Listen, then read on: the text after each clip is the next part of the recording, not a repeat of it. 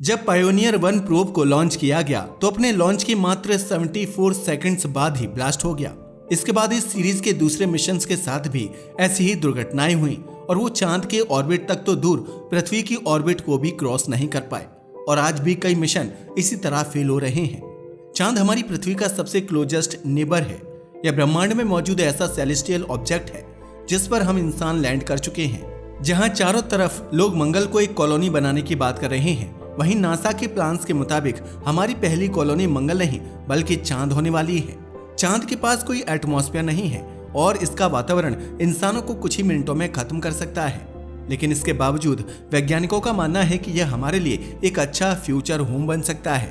अब सीधी सी बात है कि अगर हमें इस पर कॉलोनीज बसानी है तो हमें डिसेंडिंग और लैंडिंग की प्रक्रिया को बहुत अच्छे से मास्टर करना होगा। भले ही नासा ने करीब 50 साल पहले इंसानों को चांद पर भेजा हो, लेकिन इसके बावजूद हम आज भी लूनर मिशंस को लगातार फेल कर रहे हैं। फिर चाहे वो 2019 का चंद्रयान 2 हो या 2023 का लूना 25। हम भले ही चांद के बारे में बहुत अच्छे से जानते हों, लेकिन आज भी हम इस पर लैंड करने का कोई शॉर्ट तरीका नहीं ढूंढ पाए हैं। आखिर ऐसा क्यों है? चांद पर लैंड करना इतना चैलेंजिंग क्यों माना जाता है और इतनी बेहतर टेक्नोलॉजी होने के बावजूद आज भी हम लूनर मिशंस में क्यों फेल हो रहे हैं, जानेंगे आज के इस वीडियो में। 1865 में जूल्स वर्न नाम के एक फेमस ऑथर ने अर्थ टू द मून नाम की एक किताब पब्लिश की थी। इस किताब में उन्होंने चांद पर जाने का एक फिक्शनल तरीका मेंशन किया था। उनके मुताबिक ऐसा करने के लिए हमें एक ह्यूमन कैनन की जरूरत पड़ेगी, यानी एक ऐसी तोप जो इंसानों को अंतरिक्ष में लॉन्च कर पाए।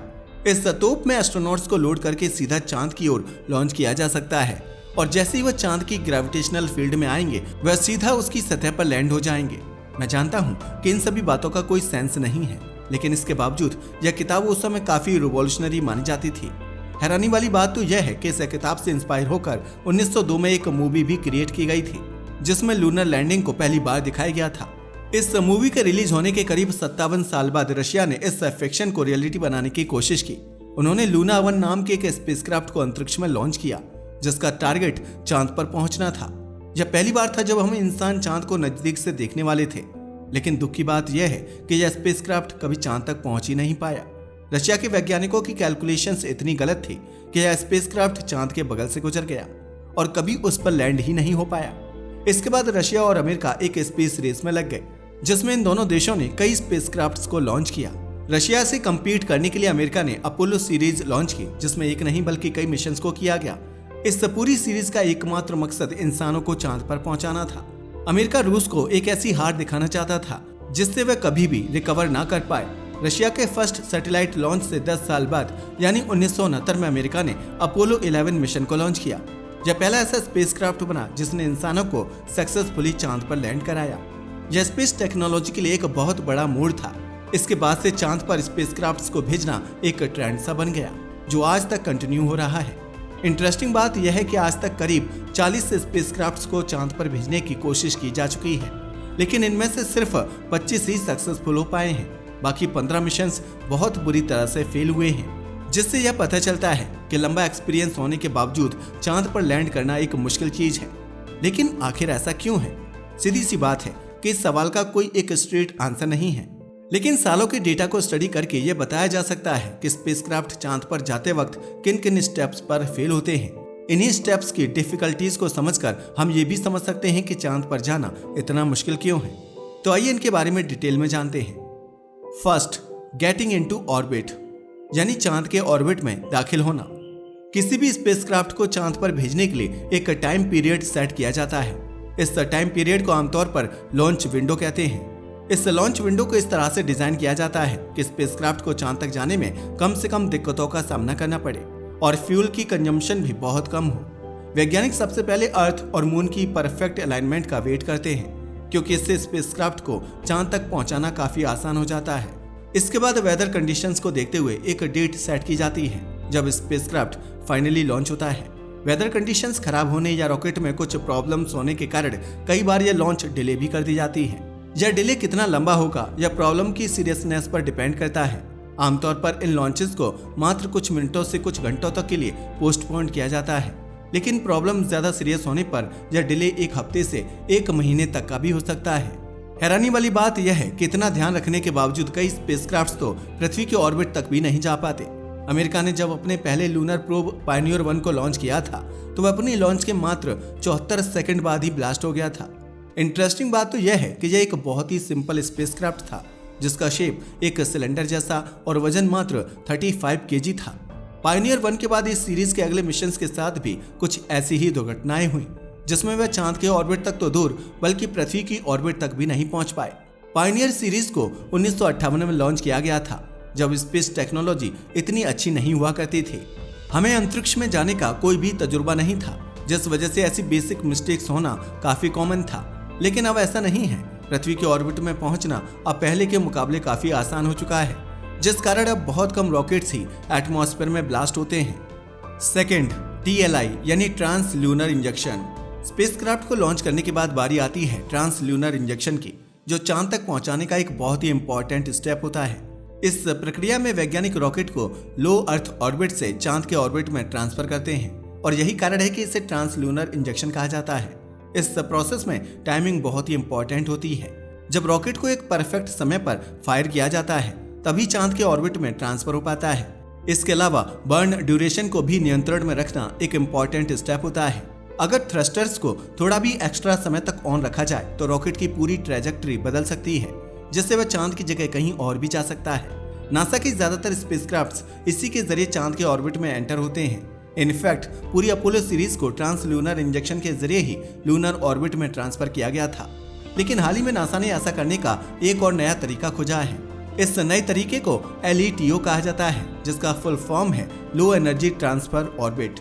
इस प्रोसेस में वैज्ञानिक एक स्पेसक्राफ्ट के ऑर्बिट को धीरे धीरे बड़ा करते हैं। एक समय ऐसा आता है जब वह स्पेसक्राफ्ट डायरेक्टली चांद के ऑर्बिट में एंटर हो जाता है। यह तरीका पहले तरीके से काफी आसान माना जाता है, लेकिन दिक्कत की बात यह है कि इसमें काफी लंबा वक्त लगता है। 2022 में नासा ने कैपस्टोन नाम के एक स्पेसक्राफ्ट को लॉन्च किया था। इंटरेस्टिंग बात यह है कि इसे LETO प्रक्रिया के जरिए ही चांद के ऑर्बिट में एंटर कराया गया था। कैपस्टोन मिशन आने वाली आर्टेमिस सीरीज के लिए बहुत इंपॉर्टेंट साबित होने वाला है। इस स्पेसक्राफ्ट के जरिए वैज्ञानिक लूनर गेटवे स्पेस स्टेशन के लिए स्टडी करना चाहते हैं, जिसकी चर्चा हम आगे करेंगे। यह एक ऐसा स्पेस स्टेशन होगा जो चांद का चक्कर लगाएगा और वैज्ञानिक इसमें रहते हुए अपनी लूनर रिसर्चेस कंटिन्यू करेंगे। खैर, इन सभी स्टेप्स के जरिए हम चांद के ऑर्बिट में तो पहुंच सकते हैं, लेकिन उस पर लैंड करना एक बहुत ही अलग चीज है। जब एक स्पेसक्राफ्ट चांद के ऑर्बिट में एंटर होता है तो उसकी एवरेज स्पीड 1.6 किलोमीटर पर सेकंड होती है। इतनी तेज रफ्तार को तेजी से स्लो करना और सतह पर सक्सेसफुली लैंड करना बहुत ही डिफिकल्ट चीज है। चांद एक बंजर सेलेस्टियल ऑब्जेक्ट है। इस पर हवा का नामो निशान नहीं है, जिसका मतलब ये भी है कि इसके पास कोई वायुमंडल भी नहीं है। एक एटमॉस्फेयर होने से स्पेसक्राफ्ट को सतह पर लैंड कराना काफी आसान हो जाता है। जब स्पेसक्राफ्ट एक ग्रह के वायुमंडल में एंटर करता है तो हवा के पार्टिकल्स उसे ऊपर की ओर धक्का देने लगते हैं। इस अपवर्ड फोर्स की वजह से उसकी गति नेचुरली धीमी होने लगती है। यही कारण है कि मंगल ग्रह पर किसी स्पेसक्राफ्ट को उतारने के लिए पैराशूट्स का इस्तेमाल किया जाता है। वैसे तो मंगल ग्रह का वायुमंडल बहुत पतला है, लेकिन इसके बावजूद वह स्पेसक्राफ्ट की स्पीड कम करने में काफी मदद करता है। जैसे ही कोई स्पेसक्राफ्ट इसके वायुमंडल में एंटर होता है, हवा के पार्टिकल्स पैराशूट को ऊपर की ओर धक्का देने लगते हैं, जिससे इसकी गति कम हो जाती है। सरफेस तक आते आते यह गति इतनी कम हो चुकी होती है कि स्पेसक्राफ्ट एक सॉफ्ट लैंडिंग अचीव कर लेता है। अगर आपको नहीं पता तो बता दूं कि सॉफ्ट लैंडिंग एक ऐसी लैंडिंग को कहते हैं जिसमें स्पेसक्राफ्ट बिना किसी झटके के सरफेस पर लैंड हो। इससे उसके अंदर मौजूद इंस्ट्रूमेंट्स और डिवाइसेस खराब नहीं होते और ओवरऑल स्ट्रक्चर भी क्रैश होने से बच जाता है। खैर, हम मंगल ग्रह पर तो पैराशूट्स को यूज कर सकते हैं, लेकिन चांद पर ऐसा करना बेवकूफी होगी। वायुमंडल न होने के कारण वह पैराशूट्स काम ही नहीं करेंगे और स्पेसक्राफ्ट अपनी ओरिजिनल स्पीड पर सतह से आ टकराएगा। चांद पर लैंड करने का मात्र एक ही सेफ तरीका है और वह है थ्रस्टर्स का इस्तेमाल करना। आज तक जितने भी स्पेसक्राफ्ट्स को लूनर सरफेस पर लैंड कराया गया है वह सब इसी टेक्निक से लैंड हुए हैं। वैसे तो यह तरीका काफी यूजफुल और सेफ है, लेकिन इस जरा सी भी गलती होने पर यह पूरे मिशन को चौपट कर सकता है। जब भी किसी स्पेसक्राफ्ट को इस तरीके से लैंड कराया जाता है तो सरफेस के नजदीक आते ही थ्रस्टर्स ऑन कर दिए जाते हैं। यह थ्रस्टर्स स्पेसक्राफ्ट के नीचे से एनर्जी रिलीज करके उसको ऊपर की ओर धक्का देते हैं। इस धक्के से स्पेसक्राफ्ट की स्पीड कंट्रोल में आ जाती है और वह आसानी से लैंड हो पाता है। अब दिक्कत की बात यह है कि कई बार स्पेसक्राफ्ट सरफेस से 90 डिग्री एंगल में नहीं होते। इसका सीधा सा मतलब यह है कि थ्रस्टर्स के स्टार्ट होते ही स्पेसक्राफ्ट उस दिशा में जाएगा जिस तरफ उसका ज्यादा झुकाव होगा। यही कारण है कि कई मिशंस सॉफ्ट लैंडिंग के अटेम्प्ट में क्रैश हो जाते हैं और अपनी टेढ़ी साइड पर लैंड होते हैं। वैसे तो थ्रस्टर्स अपने आप को सिचुएशन के मुताबिक एडजस्ट कर सकते हैं, लेकिन हल्का सा भी मिस कैलकुलेशन सभी चीजों पर पानी फेर सकता है। अगर आपको नहीं पता तो बता दूं कि चंद्रयान 2 के साथ कुछ ऐसा ही हुआ था। जरा सी मिस कैलकुलेशन की वजह से भारत का यह इंपॉर्टेंट स्पेस मिशन फेल हो गया था। वैज्ञानिक बताते हैं कि सॉफ्टवेयर में ग्लिच होने और स्पेसक्राफ्ट की वेलोसिटी को गलत मेजर करने के कारण विक्रम लैंडर सतह पर क्रैश हो गया था। हाल ही में वैज्ञानिकों ने चांद के ऐसे पार्ट्स को एक्सप्लोर करना शुरू किया है जो पहले काफी मिस्टीरियस माने जाते थे। इसका सबसे अच्छा एग्जाम्पल लूनर साउथ पोल है, जिसका एक बड़ा हिस्सा चांद की दूसरी साइड पर प्रेजेंट है। जैसा कि आप में से ज्यादातर लोग जानते ही होंगे, चांद और पृथ्वी के बीच की दूरी करीब 3,84,000 किलोमीटर है। किसी भी सिग्नल को यह डिस्टेंस ट्रेवल करने में करीब 1.2 सेकंड्स का समय लगता है। वैसे तो ये बहुत कम समय है, लेकिन एक्चुअल मिशन के दौरान इतना सा भी डिले स्पेसक्राफ्ट को क्रैश करा सकता है। यह लूनर मिशंस के फेल होने का एक और बहुत इंपॉर्टेंट कारण है। वैज्ञानिक चांद के साउथ पोल पर मौजूद पानी को एक्सट्रैक्ट करना चाहते हैं। इसका इस्तेमाल करके रॉकेट फ्यूल का निर्माण किया जा सकता है, जो आगे चलकर चांद को लॉन्च बेस बनाने में काफी मददगार रहेगा। आने वाले सालों में नासा एक लूनर गेटवे स्पेस स्टेशन को लॉन्च करने वाला है, जो परमानेंटली चांद का चक्कर लगाता रहेगा। इससे आप पृथ्वी का चक्कर लगा रहे इंटरनेशनल स्पेस स्टेशन से कंपेयर कर सकते हैं। लूनर गेटवे में प्रेजेंट वैज्ञानिक समय समय पर चांद की सतह पर उतरते रहेंगे, ताकि वह रिसर्च के लिए सैंपल्स को कलेक्ट कर सकें। एक लूनर स्पेस स्टेशन बनाना इसलिए भी इम्पोर्टेंट है क्योंकि इससे सॉफ्ट लैंडिंग करना हमारे लिए काफी आसान हो जाएगा।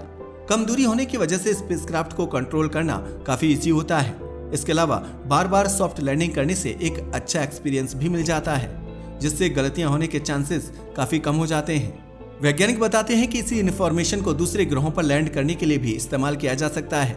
चांद हमारे लिए एक एक्सपेरिमेंटल ऑब्जेक्ट होने वाला है, जिस पर हम बार बार लैंड करके सॉफ्ट लैंडिंग के स्किल को मास्टर करेंगे। इसका असली प्रयोग उन ग्रहों पर किया जाएगा जिन्हें हम आगे चलकर अपनी कॉलोनीज बनाना चाहते हैं। नासा का आर्टेमिस मिशन 2030 तक इंसानों को दोबारा से चांद पर भेजने वाला है, लेकिन इस बार वे इंसान वापस नहीं आएंगे, बल्कि वहीं रुककर अपनी रिसर्चेस को कंटिन्यू करेंगे। यह रिसर्चेस आगे चलकर हमें एक लूनर बेस बनाने में मदद करेंगे, जिससे हम पहली बार किसी दूसरी सेलेस्टियल बॉडी पर अपने घर बसा पाएंगे। वैसे आपको क्या लगता है कि क्या इस सेंचुरी के अंत तक हम इंसान चांद पर कॉलोनीज बना पाएंगे या नहीं? हमें नीचे कमेंट करके जरूर बताइएगा। आज के इस वीडियो के लिए बस इतना ही। धन्यवाद।